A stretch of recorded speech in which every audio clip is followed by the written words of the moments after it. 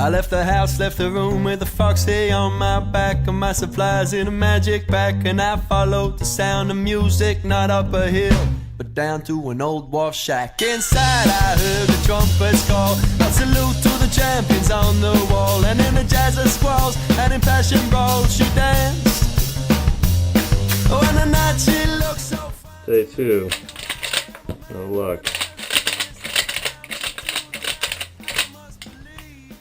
Day 4. No deer. Alright.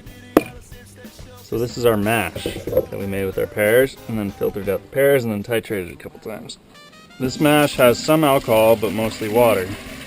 We're going to heat it all up, and since alcohol evaporates at a lower temperature than water, the alcohol will come off first.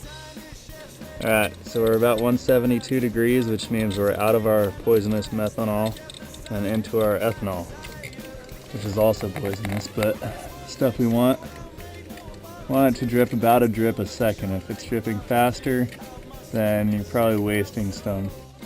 Something has obviously gone quite wrong, because I'm starting to get fusel oils in the tails. It's like 193, and we only got that much booze. I don't know, something must have gone wrong with my fermentation. I didn't really get around to it very quick. Maybe all the alcohol dissipated, or so I got 3/4 of one shot glass full of alcohol here.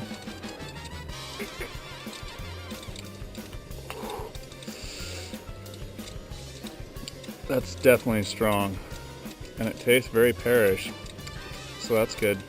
That's not gonna last me long. It's like 3 normal shots. Failure. So this second thing I started without the yeast hasn't been bubbling at all. Oh. For everybody down on the floor as if to pray to the gods of the festival, and there we were in the depths of the wild below. A face so close. Alright, I'm going spearfishing, first time. Conditions aren't ideal. Sun's setting, so the lights can be horrible, but figured I was here, got my stuff, so I'm gonna give it a try. Go. That's not bad for afternoon's work, huh? We're gonna be eating some fish tonight. It's gonna be awesome. Fish soup. It's much better than vegetable soup. I'm certainly not the person that you should be talking to about cleaning fish. When your hands are all slimy, don't cut towards yourself.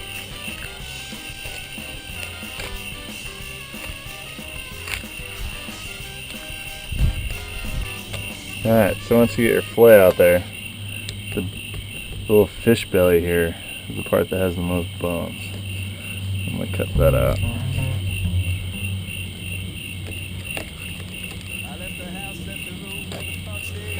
And that goes in for our soup, and there's a little fillet. Looks a hell of a lot better than a blue jay to me. I'm going to take all those fish carcasses and just boil them down and turn it into broth. Fish eyeballs, I believe, are a delicacy somewhere in the world. Yeah, Big Sur, California. Big Sur, California. Just looking at you, kid. The cheeks are also very yummy. There's a fish cheek right there, yeah.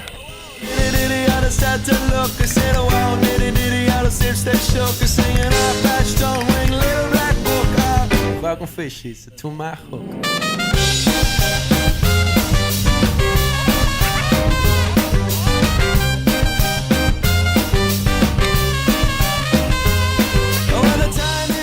It's amazing. No surprise there. I'm up here poaching lemons off my neighbor's tree because I figured I got 6 fish. It's too many fillets to eat tonight. I'm gonna try and make some ceviche. So this is my lemon juice and fish, my ceviche. And you can see this fish is white. I mean, it's cooked. It's amazing. Lemon juice actually will just cook this fish. I mean, this isn't raw anymore. It's pretty cool. So I'm gonna put this in there, and then tomorrow I'll have some go food for on the go. It is time to try my ceviche. There it is. Lemon juice and fish. I'm gonna strain it out. Get all the freaking lemon juice out of here. I realize it's so lemony that I just can't even almost palate it. So I strained it off into this glass. And I'm gonna fill it full of water and just try and drink it down. I don't know, it's been in there for a few days. It's pretty freaking not appetizing. Her face so close I could taste the distant show. She whispered away for the trumpet's calls. Not exactly low. That's about all that I can take for the moment. Oh. It's still really lemony. Little black book Pears here are falling off the tree. Can't eat them fast enough. It's been raining, so I can't dry them. So I'm going to take them home, throw them in the wormery, and at least we'll have some spring compost. So the way I designed this wormery is that it has one bigger side and one smaller side. So you feed in all your fresh produce and stuff on this side.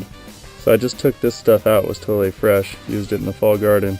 Then I dug this into this side. So now it's time to refill the first side.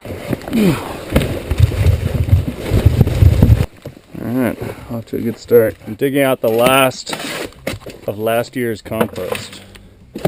The flat shovel works really good for this. Today I'm going to show you what you can do with all the green stuff that you just pulled out of your summer garden. So all this stuff over here. So that all came out of the garden when I was digging my beds. And that's all considered green stuff. Then we have some brown stuff here. So I've got some rotten hay and also some cardboard. You want to mix half green stuff with half brown stuff. And basically, if you consider that manure is twice as green as normal green stuff, and sawdust is twice as brown as normal brown stuff. The more that you can manually break down all the stuff you pulled out of your garden, the faster it will compost and also the easier it will be to manage it. I usually use this spade, works well, just file down the tip and make sure it's nice and sharp.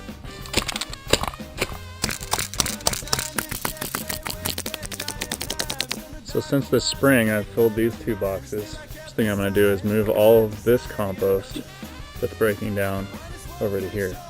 And that also doubles to aerate all that compost because air is very important for compost.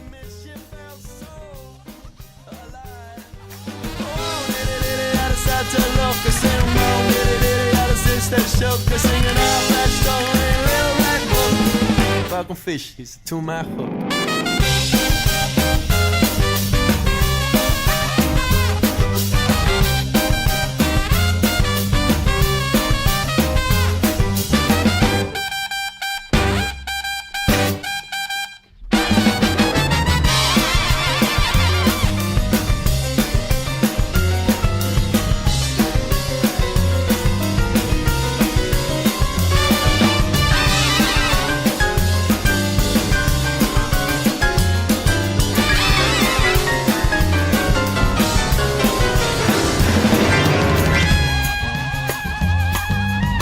I've been making a lot of broth lately.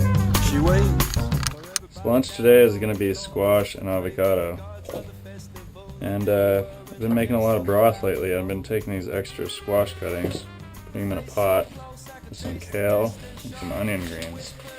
And this actually makes really good broth once you boil it down. This sweet potato actually was grown in the greenhouse.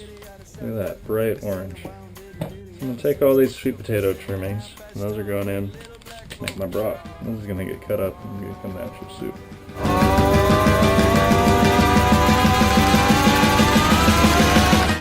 We have a little tradition here at the ranch. The first rain, we light off the fireworks. So, in that tradition, there we go.